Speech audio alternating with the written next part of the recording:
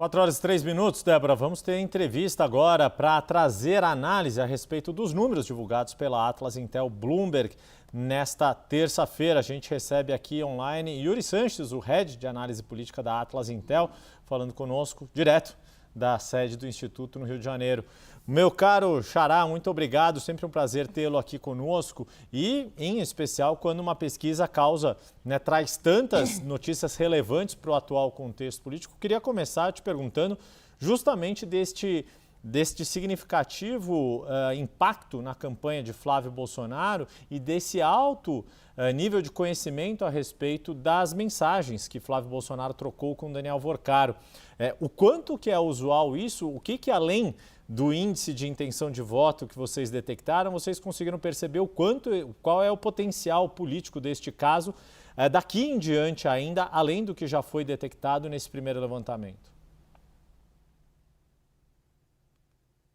Perfeito, Yuri, Débora, obrigado mais uma vez. Prazer estar aqui de volta com vocês. Essa pergunta, o áudio, na verdade, ele é bastante simbólico, ele teve uma repercussão muito ampla, muito forte. Então, além de meios tradicionais, televisão, jornal, as redes sociais servem como um grande difusor de todo tipo de conteúdo, né? Nesse caso específico, a gente também teve uma reprodução especial que fura bolhas e mesmo intra-bolha, e aí dizendo sobre uma bolha de direita, uma bolha conservadora, bolsonarista, a gente tem um ecossistema de influenciadores, de políticos, né, que são bastante ativos na comunicação, e mesmo dentro desse grupo, houve ali uma reprodução, houve ali, por exemplo, Romeu Zema, logo de cara se manifestando o contrário, outros influenciadores de direita também reproduzindo em crítica a Flávio Bolsonaro.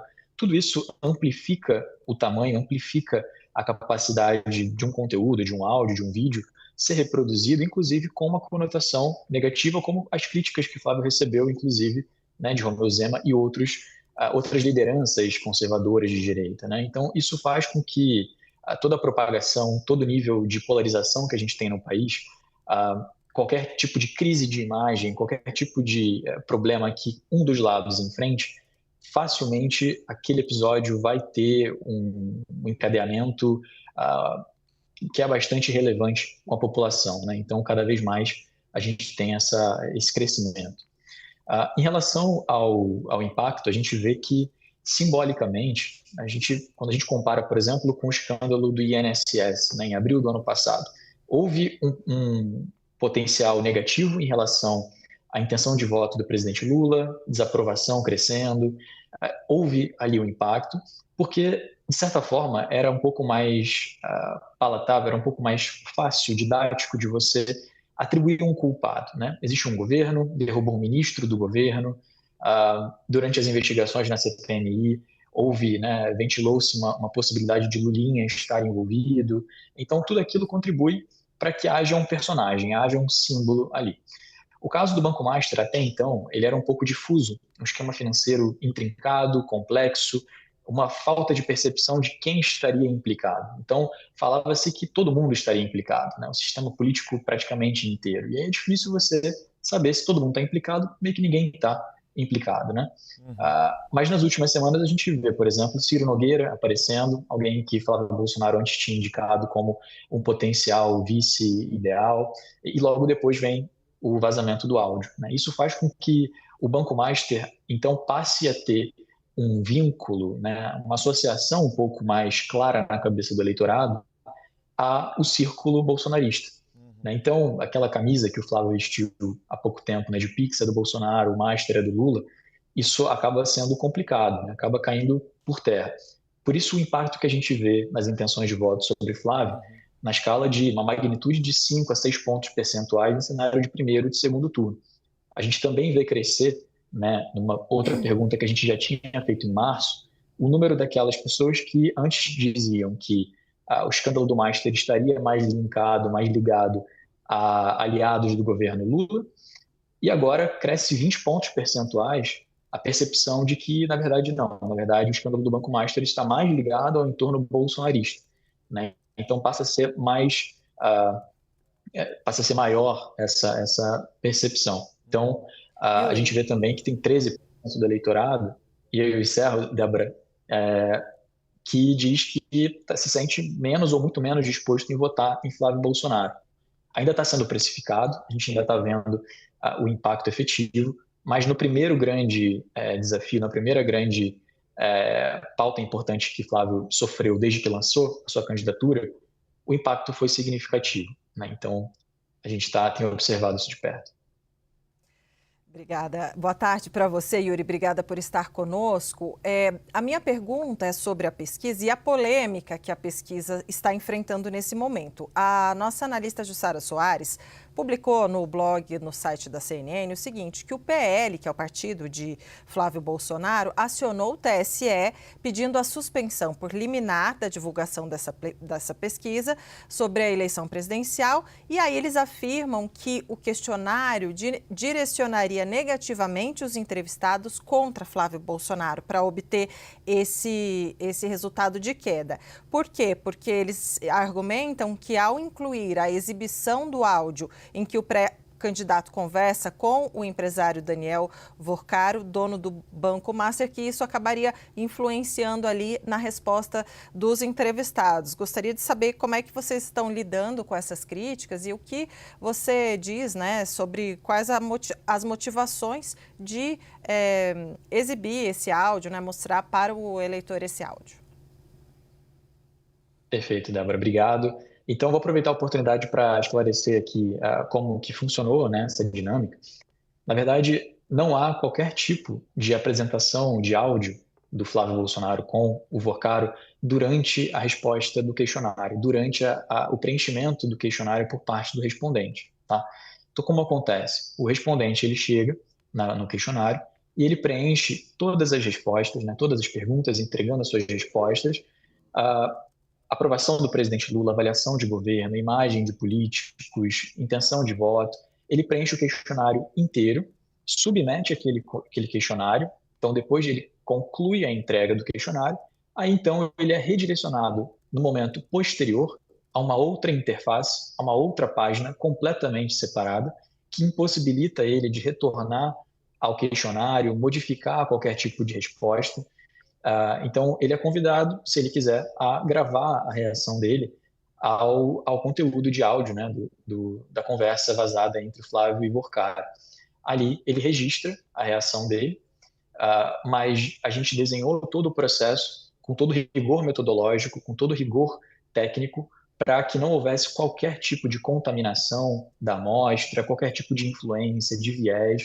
Então, as duas coisas, o questionário, né, a pesquisa que nós publicamos hoje, e esse teste do áudio, são feitos, como eu falei, de maneira separada, inclusive de interface, sem qualquer possibilidade do eleitor, do respondente, retornar e modificar aquilo que ele já tinha enviado antes, depois de ter escutado o áudio. Né? Então, a gente recebe com a maior tranquilidade, né? A gente está aberto a qualquer tipo de esclarecimento que a gente tenha que fazer, porque a gente preza pela transparência e a gente sabe que metodologicamente a pesquisa ela é robusta, ela segue todas as normas, todas as regras do TSE e a gente está à disposição para apresentar o questionário, base, o que quer que seja, para que haja o maior esclarecimento possível. Então, a intenção de medir a reação das pessoas nessa ferramenta de áudio, né, que é uma ferramenta chamada Atlas VRC, a gente utiliza ela para gravar a reação segundo a segundo de uma amostra representativa da população a um conteúdo audiovisual. Então, ali é uma amostra que é calibrada, né, conforme a população brasileira, né, calibrada por gênero, por idade, faixas de renda, nível educacional, para que, não é uma enquete, né, a gente tem ali uma pesquisa robusta, metodologicamente confiável, onde a gente grava segundo a segundo a reação das pessoas. Então, uma reação a nível nacional. Então, a gente consegue ver como a população brasileira reagiu, melhor ou pior, à duração do áudio, e também por segmentações demográficas, como mulheres, homens, eleitores do Bolsonaro, do Lula, reagiram durante a audição, né, do áudio. E aí a gente é capaz de entender o impacto a um nível quantitativo e qualitativo também, vendo qual foi o momento do áudio que prejudicou ou ajudou mais a percepção da população sobre aquele conteúdo. Antes de chamar o Pedro Venceslau, então só para deixar bem claro, bem direto, Yuri Sanches, então Aquele universo de cerca de 5 mil entrevistados, eleitores que foram entrevistados para a pesquisa quantitativa, essa que a gente trouxe os dados, não necessariamente todos foram ouvidos nesta percepção qualitativa de reação ao vídeo. E você tem quantos que chegaram até esta fase de ouvir o vídeo e depois, que é aquela medição que tem, né, em outras pesquisas, em outras eleições, vocês já trouxeram para os mais variados assuntos, que era de percepção de favorável, positiva ou negativa, em relação aos mais variados assuntos. Isso já foi usado em outras pesquisas da Atlas, é isso? Isso, exatamente. É uma ferramenta nossa que a gente aplica para campanhas publicitárias e também a nível de política, em vários trechos, né, de campanha política, trechos de vídeos que possam ter viralizado, trechos de debate, o que quer que seja, né? Então a gente já utilizou essa ferramenta anteriormente.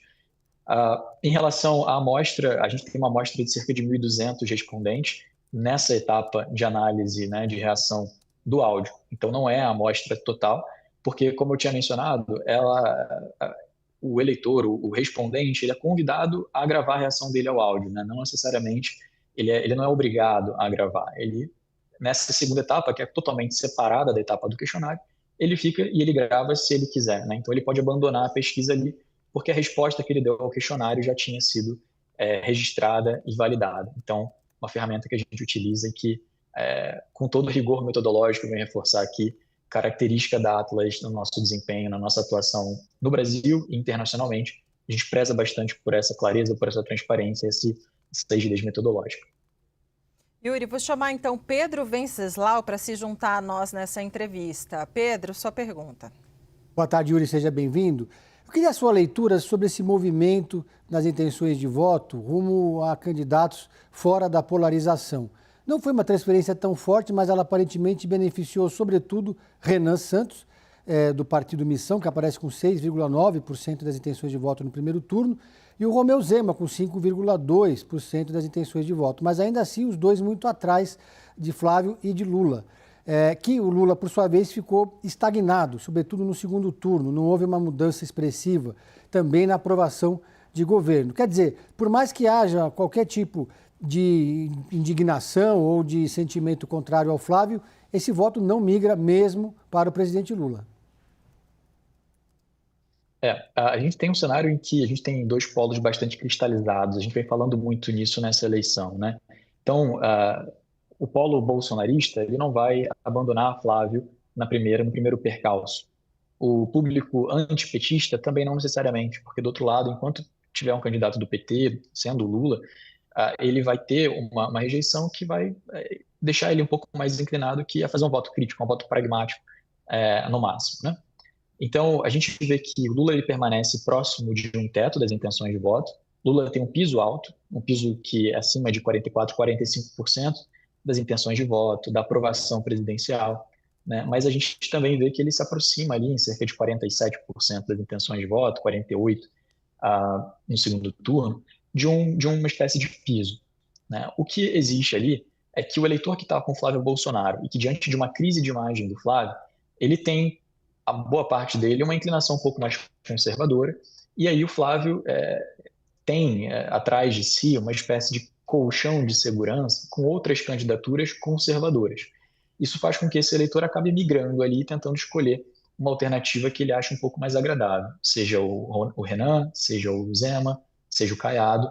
Ainda assim, essa transferência ela é bem distribuída, ela acontece de uma maneira um pouco mais tímida, digamos assim, e justamente ela denota que Flávio ele perde esse eleitorado, mas a depender da conjuntura, né, depender, por exemplo, se algum escândalo, algum episódio, um fato novo que venha a fragilizar o governo Lula venha a surgir, esse eleitor talvez possa migrar de novo para Flávio, entendendo ali um voto útil. O panorama que a gente vê agora, de uma fragilização da candidatura do Flávio, coloca o Lula próximo de uma vitória no primeiro turno, se a gente pegar esse momento de agora e projetasse agora para o início de outubro, para o primeiro turno. Mas ainda tem bastante água para rolar, ainda tem bastante coisa para acontecer daqui até lá. Então, essa dinâmica de transferência de voto, a gente vê que Flávio permanece como o principal nome da oposição até aqui para pleitear, né, uma vaga no segundo turno e, eventualmente, uma vitória contra o presidente Lula. Yuri, para a gente fechar aqui, um outro ponto que tem sido também destacado, que a despeito deste impacto na candidatura do seu principal adversário, o presidente Lula não tem avanço nas intenções de voto, tem sim uma melhora na aprovação e na avaliação do governo, mas no que diz respeito à intenção de voto é muito limitado ali a variação dos percentuais. Na sua avaliação do que vocês têm acompanhado da série histórica, não há muito espaço para Lula buscar outros eleitores? Ele depende muito mais dos erros dos adversários do que do seu próprio mérito? No primeiro turno, esse espaço ele é limitado. Ele é limitado também para Flávio Bolsonaro, mas para o presidente Lula ele também é, de certa forma, limitado, né? Lula ele teve cerca de 48% dos votos válidos em 2022. Ele está próximo já desse patamar. Então, é como se boa parte da base eleitoral de Lula no primeiro turno de 22 já estivesse com ele bastante sólida. O desafio para o Lula é convencer aquele mesmo eleitorado que entregou a ele um voto crítico e fez ele vencer com uma margem apertada, pequena, de 1,8 pontos percentuais sobre Jair Bolsonaro, que ele é merecedor que o voto continue com ele agora nesse novo cenário, né? Então, a margem de crescimento do presidente Lula ela é um pouco reduzida, dada a característica do eleitorado. E quando a gente vê, por exemplo, que em 2022, Lula teve Simone Tebet, teve Ciro Gomes, ele tinha no hall de candidatos do primeiro turno um perfil de competidores que dava a ele um certo conforto, uma certa margem de dialogar com esse eleitorado e conquistar ele, né, se já não tivesse atraído ele no primeiro momento. As opções que se colocam agora são veementemente contrárias a Lula, né?